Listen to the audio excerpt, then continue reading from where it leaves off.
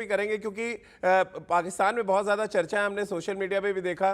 तमाम लोग हिंदुस्तान को बहुत ज़्यादा वजन दे रहे हैं। हम लगातार जो अलग अलग चैट्स हैं, हम आपका भी चैनल देखते रहते हैं।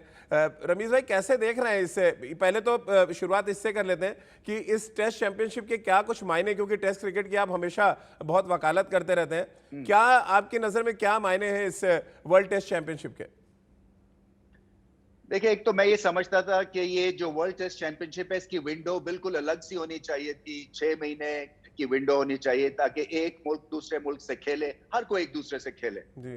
और बाकी सारी क्रिकेट जो है वो रुक जानी चाहिए थी, आपकी T20, आपकी 50 ओवर्स क्रिकेट, ताकि अगर आप टेस्ट क्रिकेट को ऊपर उठाने के लिए बेताब हैं, तो ये आपको एक विंडो इस तरह की क्रिएट करनी पड़ेगी।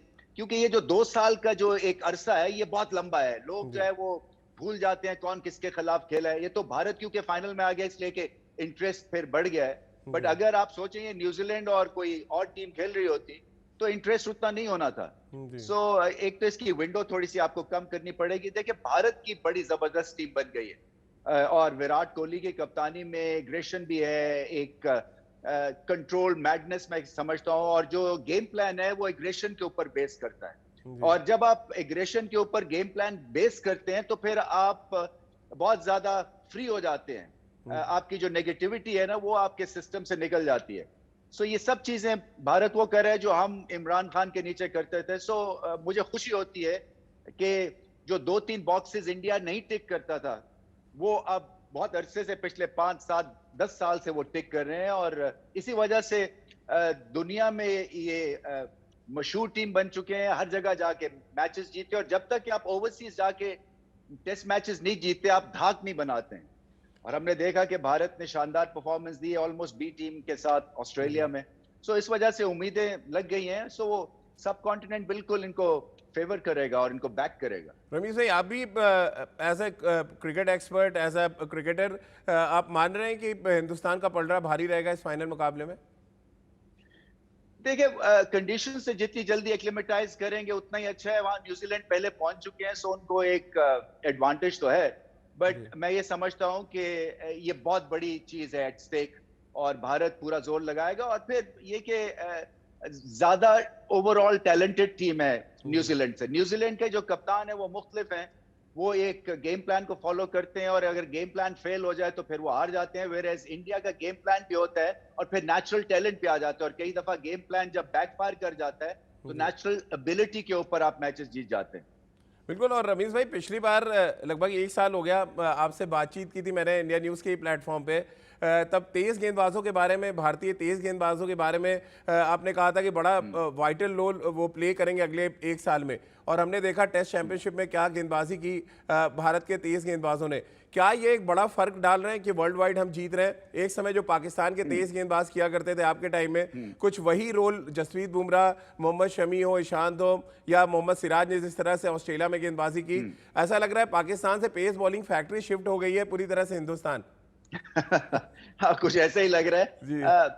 कुछ हमारे पीएसएल में नए फास्ट बॉलर्स आ रहे हैं, अच्छे टैलेंट है, मगर जो इंडिया ने प्रोड्यूस किया है वो कमाल का फास्ट बॉलिंग टैलेंट प्रोड्यूस किया है। इसी वजह से अब वो पिचेस डॉक्टर नहीं करनी पड़ती हैं, ओवरसीज टूर्स पे जाके जीत जाते हैं भारत की टीम, इसलिए कि ओवरऑल स्ट्रेंथ है और बॉलिंग में स्ट्रेंथ है। पेस स्पिन दोनों जो आपके जो जो एक खाने हैं वो कवर्ड है, जिसकी वजह से आप रिलैक्स्ड होते हैं। आपका गेम प्लान भी जो है वो फ्लेक्सिबल होता है। ये नहीं है कि बस खास कंडीशंस पे ही आप चमकेंगे।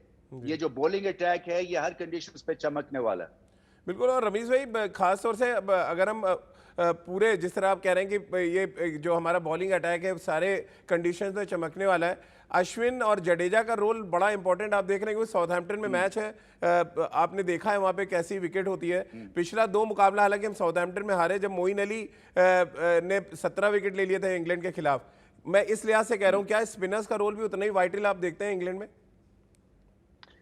बिल्कुल वाइटल है, इसलिए कि आपको थोड़ी सी ब्रेक चाहिए होती है। कई जी। दफा पेस ऑफ द बॉल जो है वो बैट्समैन को कंफ्यूज कर सकता है, चाहे वो इंग्लिश कंडीशंस हो। सो आपके जो बैलेंस के लिए स्पिन बड़ी इंपॉर्टेंट एक रोल प्ले करता है। और ये दोनों जो आपने इंडिविजुअल्स के नाम लिए हैं, ये मौके के ऊपर आपको ब्रेक थ्रू दिलवाने वाले हैं। जी। रमीज भाई, क्योंकि ऑफ स्पिनर्स की बात हो रही है, एक समय वर्ल्ड क्लास ऑफ स्पिनर्स आए पाकिस्तान से, सकलैन मुश्ताक, उसके बाद सईद अजमल आए, अब रविंद्र चंद्रन अश्विन भी कुछ वैसे ही काम कर रहे हैं। क्या रीज़न आप देख रहे हैं? फास्ट बॉलर्स भी नहीं आए पाकिस्तान से, स्पिनर भी नहीं आ रहे, और हिंदुस्तान के पास आज वर्ल्ड का नंबर 1 स्पिन गेंदबाज है। एक समय जो दुनिया के बेहतरीन ऑफ स्पिनर वो पाकिस्तान में मिलते थे। देखिए, जो दो आपने इंडिविजुअल्स की नाम ली, ये इन्होंने अपनी ग्रेटनेस बेस की थी दूसरे के ऊपर, और जब से दूसरा जो है वो उसको मतलब एक तरह से साइडलाइन कर दिया गया है। सो आपके जो अब स्पिनर्स हैं उनको अश्विन की तरह अपने आप को दिखाना है, और वो मुश्किल काम है, इसलिए कि अश्विन एक लाजवाब ऑफ स्पिनर है, इसलिए कि उनका फ्लोटर है, स्पिन भी करते हैं, मुख्तलिफ एंगल से वो बॉल करते हैं, समझदार हैं। सो इस पे टाइम लगता है। ये जो इस तरह का एक वन ऑफ जीनियस आते हैं, ये बड़े मुश्किल से पैदा होते हैं। सो आपको वैल्यू करनी चाहिए अश्विन की। रमीज भाई, तमाम क्रिकेट एक्सपर्ट्स का ये भी कहना है अश्विन के बारे में कि वो 600 से ज़्यादा विकेटें ले सकते हैं। कुछ तो ये भी मान रहे हैं कि मुरलीधरन का भी रिकॉर्ड वो तोड़ सकते हैं, क्योंकि फास्टेस्ट 400 विकेट लेने का काम अश्विन ने किया, 78 टेस्ट मैचों में लिए उन्होंने। एज अ एक्सपर्ट कैसे आप देखते हैं उनके करियर को, और क्या आपको मुमकिन लग रहा है 800 विकेट तक पहुंचना? देखिए, जिस हिसाब से वो विकेट्स ले रहे हैं, आपने अभी बताया कि क्या रफ्तार है उनकी, सो मेरे ख्याल से रिकॉर्ड तोड़ भी सकते हैं, फिट रहे वो। और देखिए, उनकी जो ग्रेटनेस है वो यही है कि अपनी बॉलिंग को वो ढालते हैं मुख्तलिफ कंडीशंस के हिसाब से, और फिर बड़ा मुश्किल होता है कि दूसरा जब आपके पास ना हो तो फिर भी आप अटैकिंग ऑफ स्पिनर हो, क्योंकि दूसरे के आने से ऑफ स्पिन का जो आर्ट था ये डिफेंसिव आर्ट से अटैकिंग बन गया, जैसे कि लेग स्पिनर का आर्ट कंसिडर होता है। सो अश्विन ने बगैर दूसरे के, इनके पास वेराइटीज क्योंकि बहुत अच्छी हैं और डिफरेंट एंगल्स के साथ ये टेक्निक बल्लेबाज की टेस्ट करते हैं, और फिर मेंटली स्ट्रांग है, समझदार हैं, कैप्टनसी करते रहे हैं। सो इनको आइडिया है कि कब अटैक करना है, कब जो है वो सिट इन करना है, और फिर round the wicket, over the wicket, और फील्डर्स को ऊपर लेके बॉल करना मुश्किल काम होता है, एक्यूरेट भी बहुत है ये।